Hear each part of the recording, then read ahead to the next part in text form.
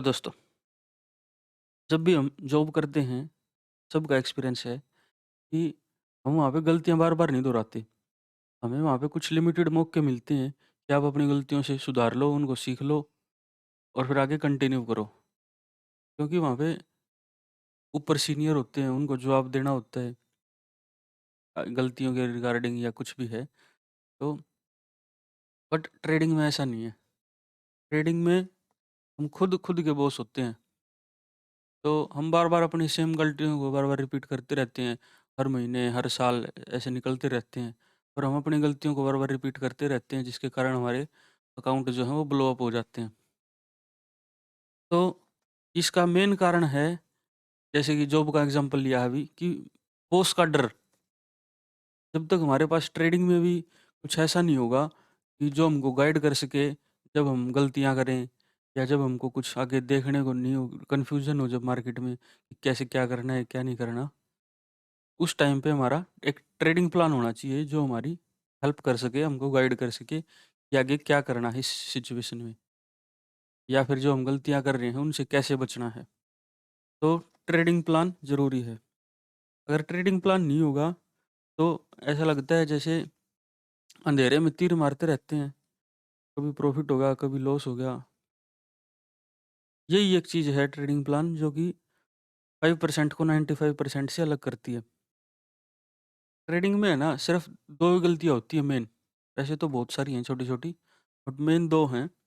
एक तो है ट्रेडिंग प्लान का ना होना और दूसरी है अगर किसी के पास ट्रेडिंग प्लान है, किसी ने बना भी लिया कहीं से सीख के, तो वो उसको सिंसियरली फ़ॉलो नहीं कर पाते। ट्रेडिंग प्लान ही एक ऐसी चीज़ है, जो एक लो परफ़ॉर्मिंग ट्रेडर को एक हाई परफ़ॉर्मिंग ट्रेडर में कन्वर्ट करती है। ट्रेडिंग प्लान क्या है? गूगल मैप के जैसा है, सिंपल एक डॉक्यूमेंट होता है, जो कि जब हम किसी अननोन डायरेक्शन में भटक जाते हैं ट्रेडिंग में, हमको कुछ समझ में नहीं आता कि कैसे क्या करना है, तब हमको डिसीज़न मेकिंग में गाइड करता है। एक किस्म का ये एक टर्म है इसमें ट्रेडिंग में सेल्फ सैबोटाइजिंग आत्मघाती। ट्रेडिंग प्लान जो है वो हमको खुद की गलतियों से बचाता है, बस इतना ही है। और मेन साइकोलॉजी का ही है इसको सबको पता है इस चीज़ का। अगर ट्रेडिंग प्लान नहीं है, तो हम अनगिनत जो है टेक्निकल और साइकोलॉजिकल मिस्टेक्स जो हैं वो बार-बार रिपीट करते रहते हैं।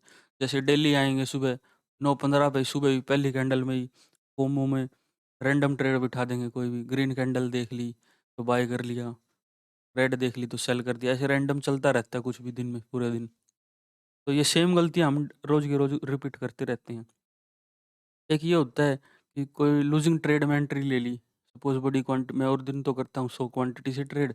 आज मैंने थोड़ा-सा ग्रीड में आके या रिवेंज ट्रेडिंग के चक्कर में मैं बिठा दिए 600 क्वांटिटी कि देखते हैं अब क्या होता है। तो अगर वो गलती से प्रॉफ़िट होगी तो चलो ठीक है, वैसे वो भी गलती ही है। उस प्रॉफ़िट का कोई फ़ायदा नहीं है, जो आपकी स्किल के बेस के ऊपर नहीं है। वो एक बस तुक्का लग गया आपका, तो इसीलिए वो काउंट नहीं कर सकते उसको। अगर गलती से वो जो ओवर ट्रेडिंग की है आपने, जो क्वांटिटी इंक्रीज़ करके जो ट्रेड ली है, अगर वो गलती से रिवर्स हो गई, तो आप फ्रीज़ हो जाते हो। वहाँ पे पोज़ीशन को काट नहीं पाते और एंड अप हमारा जो होता है, वो एक बहुत बड़े लॉस के साथ होता है। फिर वही अकाउंट ब्लो, डिप्रेशन में और वो सारी चीज़ें चालू हो जाती हैं, साइकोलॉजिकल एरर्स जो भी होते हैं। इन सब चीज़ों का एक ही सॉल्यूशन है, वो है हमारा ट्रेडिंग प्लान।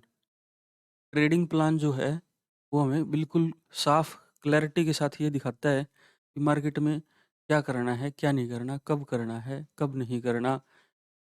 ये कई बार बोल देते हैं जैसे मैं भी टीएसटी कर रहा हूँ, ये कर रहा हूँ, वो कर रहा हूँ। तो ये सब चीज़ें ट्रेडिंग प्लान में होनी चाहिए कि मेरे को करनी है या नहीं करनी, करनी है तो कब करनी है, कितनी क्वांटिटी के साथ करनी है, कितने प्रॉफ़िट को रिस्क पे लगाना है या फिर मेरे को अपनी कैपिटल को पहले प्रिज़र्व करना है। ये सारे जो भी बेसिक कांसेप्ट हैं, ये सारे ट्रेडिंग प्लान का हिस्सा हैं। अब ये तो हमने जान लिया कि हाँ, ट्रेडिंग प्लान ज़रूरी है।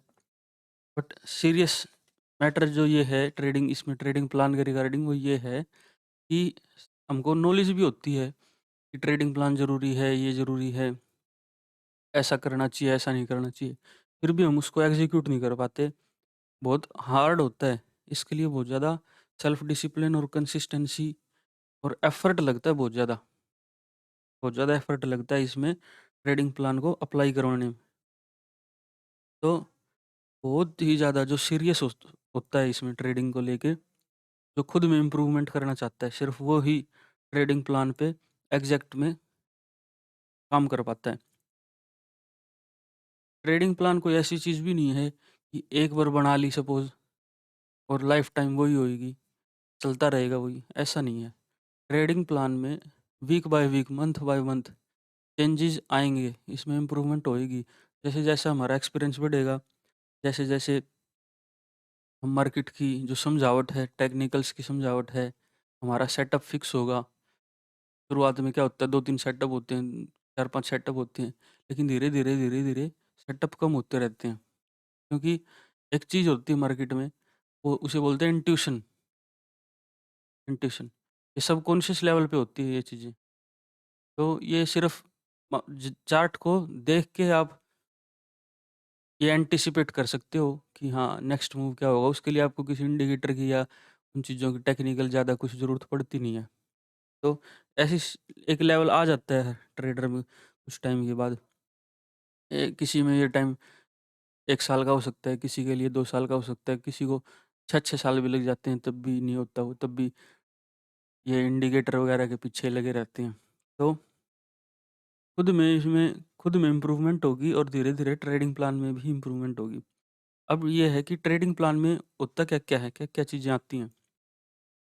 ट्रेडिंग प्लान में सबसे पहले अपनी ये चीज़ें होती हैं कि हमको ये फिक्स करना पड़ेगा ट्रेडिंग प्लान में, कि मैं जैसे बहुत सारी चीज़ें हैं, ऑप्शन बाइंग है, सेलिंग है, स्टॉक्स में करना है, क्या करना है? तो सबसे पहले तो ये फिक्स करना पड़ेगा कि मैं ऑप्शन बाइंग करूँगा फिलहाल के लिए, या फिर मैं सिर्फ़ स्टॉक्स में काम करूँगा। डाइवर्सिफ़िकेशन एक बहुत अच्छी चीज़ होती है, हमें अलग-अलग इंस्ट्रूमेंट में करना चाहिए। बट वो एक लेवल के बाद होता है, जब आपके पास कैपिटल है, अच्छी खासी कैपिटल है।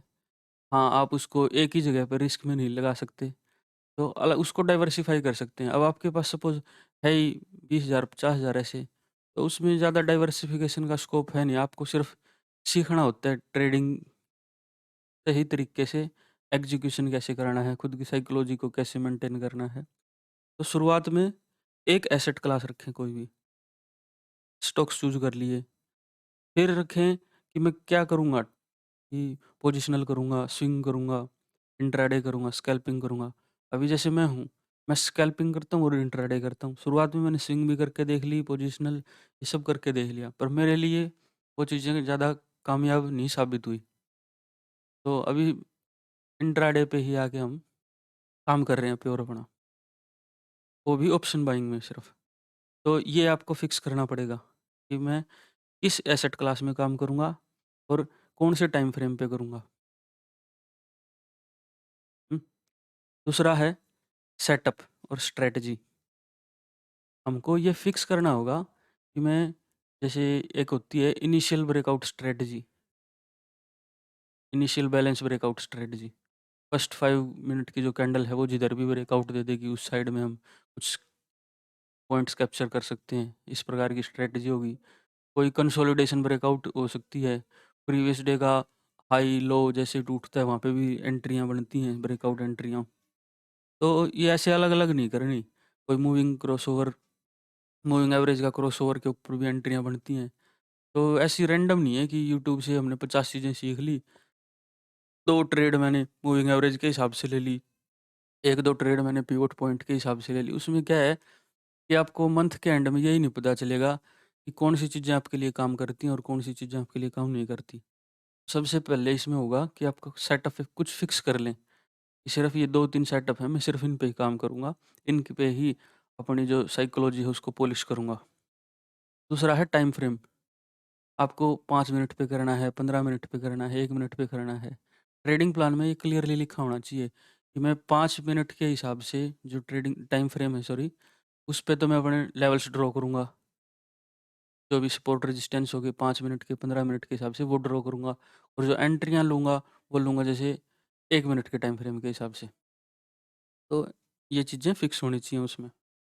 तीसरी बात है एंट्री के रूल्स, कि सपोज़ मूविंग क्रॉसओवर के ऊपर मैं एंट्रियाँ ले रहा हूँ। ट्रेड अभी मैंने अपने सेटअप जो है मेरा फ़िलहाल के लिए मेरा मूविंग एवरेज क्रॉसओवर का है। तो इसमें क्या होगा कि जब भी क्रॉसओवर होगा, कोई सपोज़ 20 मूविंग एवरेज है और जो 50 को जब ऊपर की तरफ क्रॉस करेगी, तो वहाँ पे अगर वहाँ पे एक बुलिश ग्रीन कैंडल बनेगी, तो मैं एंट्री ले लूँगा। अगर हैमर कैमल कैंडल बनेगी तो ले लूँगा। बुलिश एनगल्फिंग पैटर्न बनेगा उस क्रॉसओवर पे तो भी मैं ले लूँगा कॉल साइड की या फिर बाय की ट्रेड। तो एक-एक बिल्कुल क्लियर होना चाहिए एंट्री के रूल, ऐसे ही आपके एग्ज़िट के रूल बिल्कुल क्लियर लिखे होने चाहिए। एक पूरा सिस्टम होना चाहिए आपके पास, कितने रिस्क टू रिवार्ड रेशो रखनी है। लास्ट में है, सेटअप में ही आ जाएगी जो, आपकी कितनी ट्रेड करने वाले हो आप दिन में, ये फिक्स होना चाहिए। नहीं तो क्या होगा, एक ट्रेड सुबह आती है 9:15 पे ले ली, 9:20 तक ले ली। कभी-कभी क्या होता है, 10 बजे से पहले ट्रेडर फारिग हो जाते हैं अपनी कैपिटल उड़ा के। 10 बजे से पहले 8-10 ट्रेड ले ली, पूरा दिन पड़ा भाई अभी तो पूरे दिन में क्या करेंगे फिर? और बहुत बार ये देखा गया है, अगर सुबह मार्केट कंसोलिडेट कर रही है कुछ तो उसी में दिमाग खराब हो जाता है, साइकोलॉजी खराब हो जाती है। जब अच्छा मूव आता है दोपहर बाद, 2 बजे के बाद, 1 बजे के बाद, अच्छा मूव मिस कर देते हैं, फिर पछताते हैं, रिग्रेट होता है, ये करना था, वो करना था, फिर खुद को दोष देते हैं। तो इसके हिसाब से सबसे बेस्ट है, इन सब चीज़ों को देखते हुए एक ट्रेडिंग प्लान हो, एक रिटर्न में चीज़ें हमारी आँखों के आगे होंगी जब जब हम सुबह से हम ट्रेडिंग करने से पहले जैसे एक बार उसको देखेंगे, हाँ, ये मेरे रूल्स हैं, मेरे को ऐसा-ऐसा करना है। नहीं तो क्या परिणाम होता है वो भी उसमें लिखना ठीक रहेगा, कि अगर मैं इस रूल को फ़ॉलो नहीं करूँगा तो मेरे को ये प्रॉब्लम्स देखने को मिल सकती है मेरे अंदर। तो लास्ट तीसरी चीज़ है, लास्ट नहीं, रिस्क मैनेजमेंट। कि सपोज़ किसी के पास 1 लाख कैपिटल है, तो ऐसा नहीं होता कि 1 लाख को एक ही बार में हर ट्रेड में लगाते रहो आप। वो बिल्कुल ही गलत चीज़ है। वो तो श्योर शॉट है कि आप बहुत ही जल्द खाली होने वाले हो। बेस्ट क्या है? बेस्ट है अपनी कैपिटल को 2-3 हिस्सों में डिवाइड कर लो। सपोज़ किसी के पास 1 लाख रुपए हैं, तो 4 हिस्सों में डिवाइड कर लिया, बन गया एक हिस्सा, बन गया आपका, एक पार्ट बन गया 25,000 का। तो उसमें 25,000 में आप जितनी भी क्वांटिटी आती है, वो एक एक्सेल शीट है, वो आने वाले इसमें या तो डिस्क्रिप्शन में हम लगा देंगे। रिस्क को कैसे कैलकुलेट करना है, पोजीशन साइज़ को कैसे कैलकुलेट करना है, ये एक्सेल शीट है, आप उसको उसमें क्वांटिटी वगैरह डाल के कितना आपका एसएल है, क्या एंट्री प्राइस है, वो कर सकते हो। इन सब चीज़ों के ऊपर एक-एक वीडियो स्पेशल बनाई जाएगी आने वाले टाइम में। तो तीसरा मेन पॉइंट ये है कि रिस्क को कैसे मैनेज करना है हमको। हमको अपनी क्वांटिटी कितनी लेनी है ये फिक्स कर सकते हैं। सपोज़ मैं बैंक निफ्टी में ट्रेड करता हूँ, तो मैं फिक्स कर दिया कि मैं डेली बेसिस पे सिर्फ 2 लॉट से काम करूँगा, 50 क्वांटिटी से काम करूँगा। मैक्सिमम मैं 2000 का अपना लॉस लूँगा पर ट्रेड, ये डिफाइन कर दिया। मैक्सिमम मैं 25,000 रुपए एक बार में मार्केट में एक्सपोज़ करूँगा ट्रेडिंग के लिए। तो ऐसे खुद के मैंने रिस्क को मैनेज करने के लिए सपोज़ रूल्स बना दिए। पर डे मैं कितना रिस्क मैक्सिमम ले सकता हूँ, मैक्सिमम मैं 3,500 रुपए रिस्क ले सकता हूँ, ऐसे। ऐसे आपको ट्रेडिंग प्लान में बिल्कुल क्लियरली लिखना पड़ेगा। फोर्थ, तो ये मेरे को थोड़ा खुद मैं पर्सनली इसको थोड़ा ज़्यादा फ़ॉलो करता हूँ। ये है रिस्ट्रिक्शन प्लान या फिर डूज़ एंड डोंट्स भी बोल सकते हैं। जो भी वर्स्ट केस होते हैं ना ट्रेडिंग में, कोई गलती बार-बार कर दी, बहुत बड़ा लॉस की तरफ जा रहे हैं, उस केस में ये हमारी हेल्प करते हैं।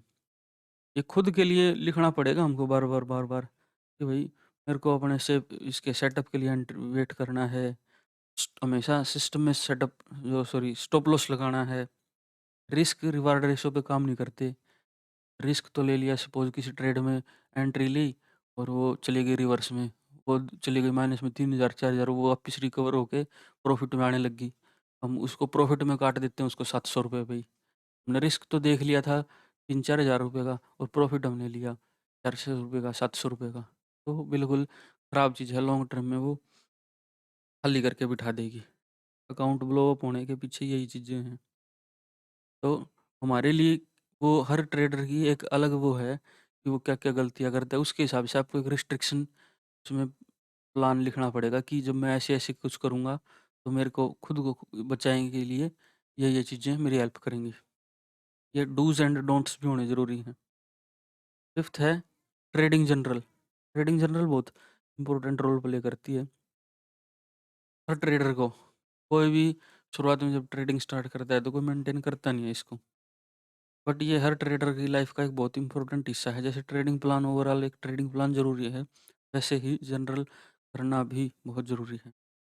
जनरल में हमारे क्या-क्या हो सकता है, एंट्री का टाइम, क्या चीज़ खरीदी है, को बाय की है, सेल की है, किस प्राइस पे करी है, बाय का रीज़न क्या था, अगर एग्ज़िट की है तो किस टाइम पे करी है, क्या प्राइस पे है, उस एग्ज़िट करने का भी रीज़न क्या है।